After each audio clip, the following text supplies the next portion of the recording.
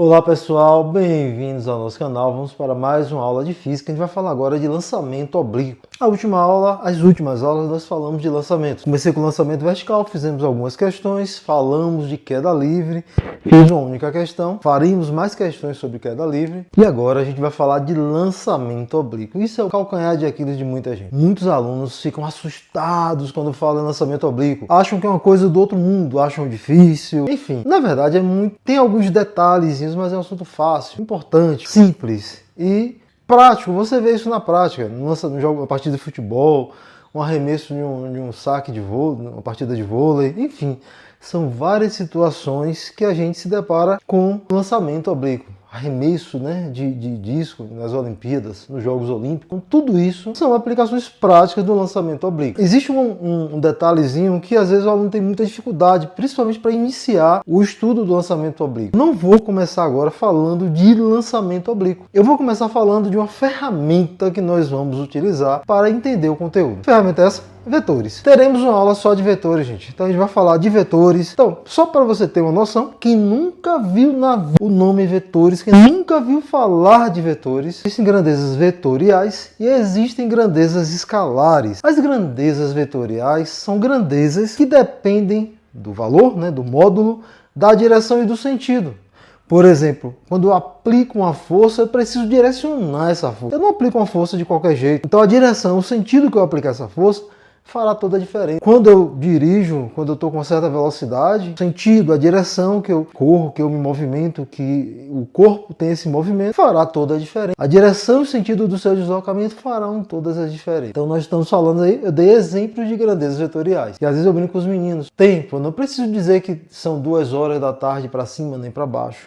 Então, o tempo é uma grandeza escalar, não depende da direção e sentido. Então percebam, né?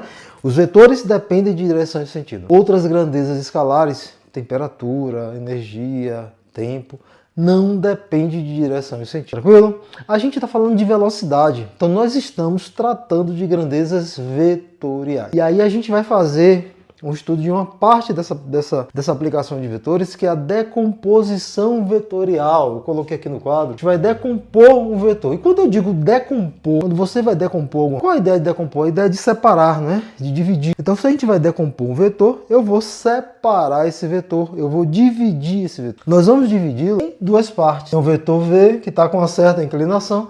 A gente vai dividir uma parte na direção horizontal e uma parte na direção vertical. Então isso é a minha decomposição vetorial. Então perceba, né? Nós pegamos o vetor velocidade e dividimos em 2 pedaços, um na horizontal e uma parte na vertical. E aí, gente, como é que eu encontro? Eu vou pegar esse vetor aqui e vou transformar em 2 pedaços. Primeira coisa, ó, esse vetor V, o módulo dele vai ser o somatório desses 2 vetores. Eu vou projetar VY aqui na frente. Então perceba, isso aqui é um triângulo retângulo, né? Aqui é VY. É como se eu pegasse, já que isso aqui eu dividi deu esses 2, eu posso afirmar que o vetor V ele é igual ao vetor Vx mais o vetor Vy.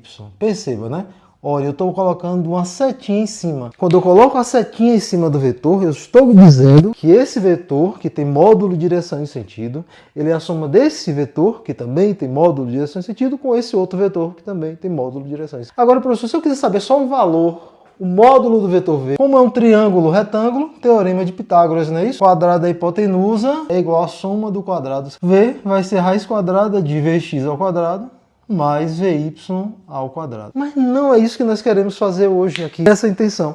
Eu não quero decompor o vetor. Eu não quero somar vetores. Só de somatório de vetores. Eu quero decompor. Eu quero fazer o processo inverso. Eu não quero achar o vetor V. Imagine que eu conheço o vetor V, conheço o ângulo formado e eu quero encontrar a componente Vx e a componente Vy.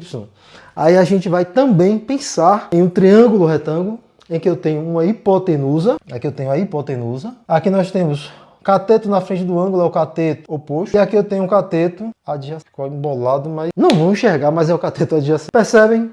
Então, como é que eu vou fazer, né? Aí você vai lembrar daquela regra da relação seno e cosseno, que é uma relação trigonométrica, né? Uma relação do triângulo retângulo. Então, quando eu uso a relação do triângulo, eu tenho o quê? Que o seno do ângulo, deste ângulo aqui, ele vai ser igual cateto oposto sobre a hipotenusa. Ou seja, o seno do ângulo vai ser igual... Quem é o cateto oposto? É o VY, né? Então vai ser o VY sobre a hipotenusa hipotenusa que é V. Esse termo dividindo ele passa multiplicando, então o VY ele vai ser igual ao vetor V que eu tenho vezes o seno do ângulo. Então percebam, nós encontramos o vetor VY usando o seno, a relação do ângulo, e o vetor velocidade.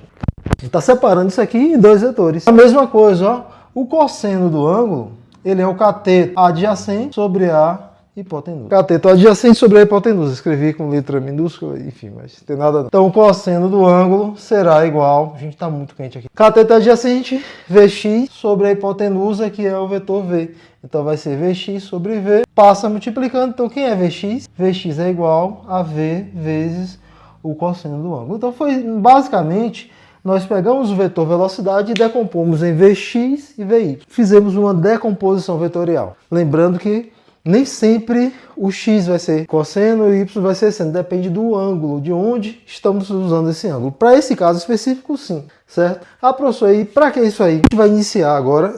Agora sim eu vou iniciar o conteúdo. Falaremos de lançamento oblíquo. A gente vai fazer uma aplicação justamente dessa relação de decomposição de vetores. Então, pessoal, dando sequência aqui, nós vimos uma revisãozinha básica de decomposição de vetores. Agora a gente vai ver o seguinte. Nós vamos falar do lançamento oblíquo propriamente dito.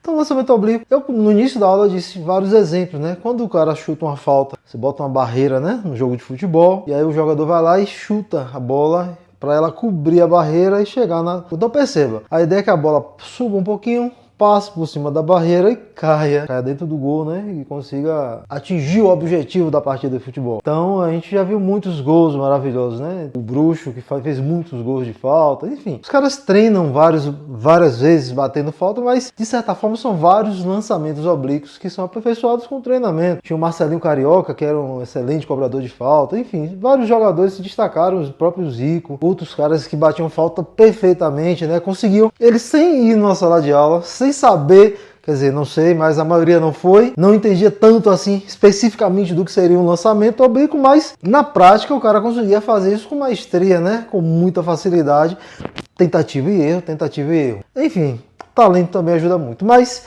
basicamente isso aqui representaria um lançamento oblíquo. Então, só para vocês perceberem, eu tenho um objeto que ele foi lançado. Para ele ser lançado, todo o lançamento, vocês devem ter percebido, né?